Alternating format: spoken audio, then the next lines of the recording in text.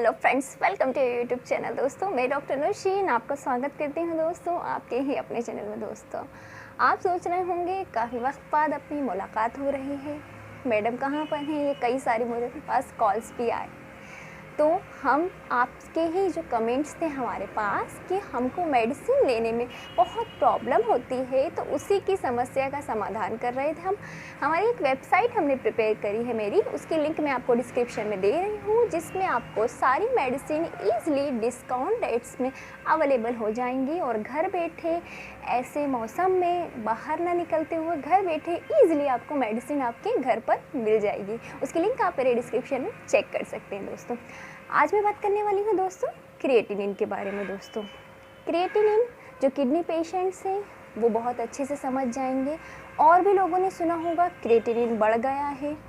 आखिर ये क्रिएटिनिन है क्या, वो क्यों बढ़ जाता है आपकी बॉडी में, और उसकी कौन कौन सी दवाएं हैं, और आपको क्या खाना चाहिए। क्योंकि मेडिसिन बहुत सारे लोग आपको बता देते हैं, बट आपको क्या खाना चाहिए इसके बारे में भी आपको बहुत एहतियात बरतनी चाहिए।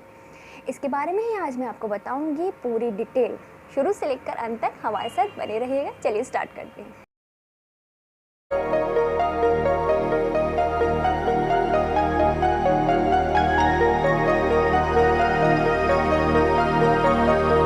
दोस्तों क्रिएटिनिन एक अनवांटेड मेटाबॉलिक प्रोडक्ट होता है। नॉर्मली हम सबकी बॉडी में होता है क्रिएटिनिन। दोस्तों क्रिएटिनिन क्या होता है, नॉर्मली जो ब्लड में होता है क्रिएटिनिन, वो किडनी ब्लड में से छानकर यूरिन के थ्रू बाहर निकाल देती है। दोस्तों एक्चुअली में क्या होता है दोस्तों, सबसे पहले आता है क्रिएटिन। जो मसल बॉडी बिल्डर हैं, एथलीट्स हैं, जो बॉडी बनाने के लिए क्रिएटिन लेते हैं, तो वो समझ गए होंगे क्रिएटिन के बारे में, क्योंकि बहुत सारे पाउडर मसल बेंस वाले आते हैं क्रिएटिन। क्या होता है नॉर्मली दोस्तों, जब हम खाना खाते हैं तो जब वो खाना टूटता है, एनर्जी में चेंज होता है, तो ये क्रिएटिन बनता है। नॉर्मल चीज़ है दोस्तों, फिर क्रिएटिन ही टूटकर क्रिएटिनिन में चेंज होता है। तो इससे क्या होता है, हमारी जो कि हमको ऊर्जा है, एनर्जी मिलती है, मस्कुलर पावर है, वो मिल जाता है। अब जो अनवांटेड चीज़ है जो क्रिएटिन से क्रिएटिनिन में चेंज हुई है, टूटकर वो ब्लड में चली गई। अब ब्लड में से क्या है, किडनी का काम तो आप सब जानते हैं कि वो ब्लड को या फिर जो भी अनवांटेड चीज़ें हैं हमारी बॉडी में कलेक्ट करके, इकट्ठा करके, छान कर यूरिन के थ्रू बाहर निकाल लेगी। तो यही जो अनवांटेड क्रिएटिनिन जो होता है, किडनी यूरिन के थ्रू ब्लड में से फ़िल्टर करके बाहर निकालती है, यूरिन के थ्रू बाहर निकाल देती है। दोस्तों ये नॉर्मल प्रोसेस है। नॉर्मली क्रिएटिनिन 0.6 से 1.2 mg/dl नॉर्मली मेल्स में होता है, फीमेल में और कम होता है 0.5 से 0.1, और उसका एक्यूरेट मैं आपको डिस्क्रिप्शन में पूरा दे दूँगी। बट ये नॉर्मल अमाउंट सभी के बॉडी में होता है कि खाना खाया आपने, क्रिएटिन बना, क्रिएटिनिन जो अपना खाना टूटता है, अंदर एनर्जी, खाना तो हमने खा लिया, क्रिएटिन ही टूट कर क्रिएटिनिन में चेंज हो जाता है, हमको मस्कुलर एनर्जी मिल जाती है, जो मसल्स पावर मिलना, एनर्जी मिलना, और क्रिएटिन टूट कर क्रिएटिनिन बना, क्रिएटिनिन ब्लड में चला गया। फिर किडनी ने क्या किया, अनवांटेड चीज़ें इकट्ठी करी और उनको फ़िल्टर करके यूरिन के थ्रू बाहर निकाल दिया। ये नॉर्मल चीज़ है दोस्तों। अब क्या होता है, ये क्रिएटिनिन बड़ा कैसे, बड़ा ऐसे दोस्तों, मैंने आपको बताया किडनी का काम फिल्ट्रेशन करने का है। अगर किडनी में ही कोई किडनी डिसीज़ हो गई है, अब किडनी डिसीज़ कैसे हो गई है, किडनी को पानी की सबसे ज़्यादा ज़रूरत होती है। मैं आपको सबसे पहले बताऊं कि normal cheese is a dehydration. आप ज़्यादा से ज़्यादा पानी पिएंगे तो ज़्यादा से ज़्यादा आपका यूरिन आउटपुट होगा, ज़्यादा से ज़्यादा यूरिन आउटपुट होगा तो ज़्यादा से ज़्यादा अनवांटेड चीज़ें आपके शरीर से, बॉडी से डिटॉक्सिफाइंग होंगी। सबसे कॉमन और नॉर्मल इज़ डिहाइड्रेशन। सेकंड, आपको कोई नेफ्रॉन में कोई प्रॉब्लम हो गई, क्योंकि किडनी के अंदर होते हैं नेफ्रॉन, जैसे आपने चाय की छलनी देखी होगी, वो छलनी की तरह काम करते हैं। कोई नेफ्रॉन की डिसीज़ हो गई हो, कोई किडनी डिसीज़ हो गई हो, आपकी कहीं रुकावट हो गई, हाँ, जहाँ से जितना अमाउंट उसको निकालना था, जितना फिल्ट्रेशन उसको करना था, मतलब ग्लोमेरुलाई में जो वो नहीं कर पा रहा है, तो इस वजह से उसमें प्रॉब्लम हो जाती है। हाइपोथायराइडिज्म के केसेस में भी ये प्रॉब्लम हो जाती है, क्योंकि थायराइड एक ऐसी ग्रंथि होती है हमारी, वो भी मेटाबॉलिज्म में बहुत अच्छा रोल निभाती है दोस्तों। थायराइड के बारे में भी मैं आपको अपने आगे की वीडियोस में बताऊंगी, ताकि आप अच्छे से समझ सकें। आपको हाई बीपी की प्रॉब्लम हो जाना, आपको कोई इन्फेक्शन हो जाना, सर्टेन ड्रग्स जो आपके किडनी पे इफ़ेक्ट करती हैं। कई बार आपने सुना होगा किसी ड्रग्स में पर्टिकुलरली ये होता है कि वो किडनी पे इफ़ेक्ट करती हैं दोस्तों। तो कुछ ऐसी ड्रग्स होती हैं जो आपके गुर्दों के लिए बिल्कुल ही अच्छी नहीं होती हैं। ज़्यादा मस्कुलर एक्सरसाइज, अब क्या होता है दोस्तों, जो बहुत ज़्यादा मसल बॉडी बिल्डर हैं, प्लीज़ ओरिजिनल बॉडी बनाइए अपनी, क्योंकि क्रिएटिन जो होता है, अनवांटेड क्रिएटिन आप बाहर से मत लीजिए, कि ऑलरेडी आपकी बॉडी में ये चीज़ें हैं। क्रिएटिन पाउडर इसलिए वो बोलते हैं जो मसल्स के लिए, कि आपके मसल्स बन जाएं, क्योंकि क्रिएटिन ही तो एनर्जी दे रहा है। क्रिएटिन टूट कर क्रिएटिनिन में चेंज हो रहा है, तभी तो एनर्जी बन रही है। वो एटीपी आना, आपका एनर्जी पावर हाउस हो जाना, हमारी मसल्स बनना, तो यही सब तो काम है। और जो अनवांटेड जो टूट के क्रिएटिनिन बना है, वो यूरिन के थ्रू बाहर हो गया है। तो ये क्रिएटिन का डिफरेंस यही है, क्रिएटिन एंड क्रिएटिनिन का डिफरेंस यही है दोस्तों, कि क्रिएटिन ही टूट के क्रिएटिनिन बनता है दोस्तों। क्रिएटिन से हमारी मसल्स बनती हैं, हमको एनर्जी मिलती है। अब आपने कारण समझ लिए कि किन किन वजहों से क्रिएटिनिन आपका बढ़ जाता है। अब अगर बढ़ गया है किन किन्हीं का, तो ऑब्वियसली सी बात है उनको ज़्यादा थकान होगी, और यूरिन से रिलेटेड प्रॉब्लम है तो अब पेशाब में खून आना, बार बार यूरिन आना, पेशाब में जलन आना, थकान, उल्टी, मतली, ये सारी सिम्टम्स देखने को मिलती हैं। अब क्या होता है दोस्तों, बहुत सारे क्रिएटिनिन वाले जो भी डायलिसिस पर भी हैं जो पेशेंट्स हैं, उनमें होम्योपैथिक मेडिसिन बहुत अच्छी है, जो आपके क्रिएटिनिन को नॉर्मल करने में आपकी मदद करती हैं। साथ ही साथ आपकी डायलिसिस की प्रॉब्लम भी धीरे धीरे कम हो जाती है दोस्तों। The first homeopathic medicine is eel serum दोस्तों।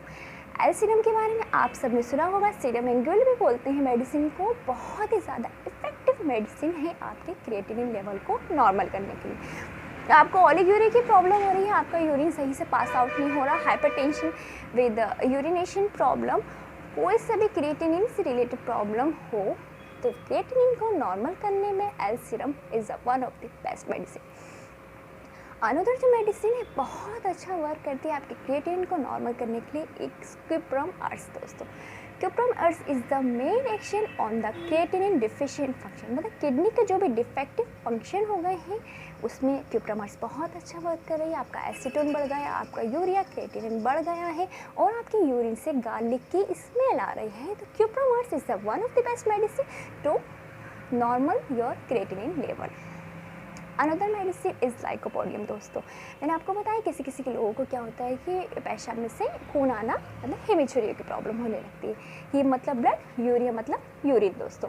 तो lycopodium is the red stand urine जब पास हो रहा है और आपको इतनी तेज़ दर्द हो रहा है कि यूरिन पास आउट करने में भी बहुत ज़्यादा दर्द हो रहा है, तो इस one of the best medicine is lycopodium and terebinthin दोस्तों। अनदर मेडिसिन जो है is apis mellifica is and kali nit. दोनों के साथ में इसलिए बता रही हूँ दोस्तों, क्या होता है किडनी का अनवांटेड चीज़ें निकालने का काम है। अगर वो अनवांटेड चीज़ें नहीं निकाल पाती हैं तो क्या होने लगता है, लोगों की बॉडी में सूजन आने लगती है, स्वेलिंग आने लगती है, दैट्स कॉल्ड द ड्रॉप्सी दोस्तों। हाथ पैर सूज जाना, चेहरा फूला फूला सा होने लगना, अनवांटेड चीज़ें नहीं निकल पा रही हैं, सोडियम पोटेशियम का अच्छे से इलेक्ट्रोलाइट का इम्बैलेंस हो रहा है, इसलिए आपके हाथ पैरों में स्वेलिंग आ रही है, तो medicine is apis mellifica is one of the best medicine to reduce your body swelling as well as कालीनाइट। कालीनाइट भी बहुत अच्छी मेडिसिन है आपकी स्वेलिंग को ठीक करने में दोस्तों। अब क्या होता है दोस्तों, along with this medicine another is NL2 blood urea creatinine drop. इसमें काफ़ी सारी मेडिसिन के कंपोजिशन मिले हैं, ये भी आपके क्रिएटिनिन को नॉर्मल करने में आपकी मदद करती है। NL2 blood urea creatinine drop दोस्तों अब जो भी मैंने आपको मेडिसिन बताई हैं, सारी मेडिसिन आपको मेरी मेरी नहीं आपकी वेबसाइट पे मिल जाएगी जो मैंने आपके लिए ही बनाई है। उसकी लिंक आप मेरे डिस्क्रिप्शन में चेक कर लीजिएगा, वहीं से आप परचेज़ कर लीजिएगा ताकि आपको डिस्काउंट पे मेडिसिन अवेलेबल हो जाए। अब आप मेडिसिन ले लें। दूसरा क्वेश्चन बनता है आपका कि आप खाने पीने में क्या खाएं, क्योंकि आपसे कहा जाता है आपको प्रोटीन नहीं लेना है। प्रोटीन ज़रूरी भी है बॉडी के लिए। अब आप प्रोटीन की कमी कर देते हैं, इतनी कमी कर देते हैं, इतनी कमी, मेडिसिन लेते रहते हैं, इतनी कमी कर देते हैं। अब आप ब्लड टेस्ट करवाने जाएंगे, किडनी टेस्ट करवाने गए तो क्रिएटिनिन तो नॉर्मल आ गया, बट कमज़ोरी आप में इतनी ज़्यादा हो गई क्योंकि आपने प्रोटीन बहुत ज़्यादा लो कर दिया। ये बात ठीक है कि प्रोटीन आपको कम लेना है, क्योंकि प्रोटीन अगर लेंगे तो आपका क्रिएटिनिन बढ़ सकता है। बट मैं आपको कुछ ऐसी चीज़ें बताऊंगी जिससे आपको कमज़ोरी भी नहीं आएगी। क्या होता है दोस्तों, इन सब डर और भय के चक्कर में क्या होता है, आप प्रोटीन तो बहुत लो कर देते हैं, मेडिसिन लेते जाते हैं, मेडिसिन लेते जाते हैं, मेडिसिन लेते जाते हैं, दैट्स ओके, बट आप अपने खाने पीने पे ध्यान नहीं कर रख पाते।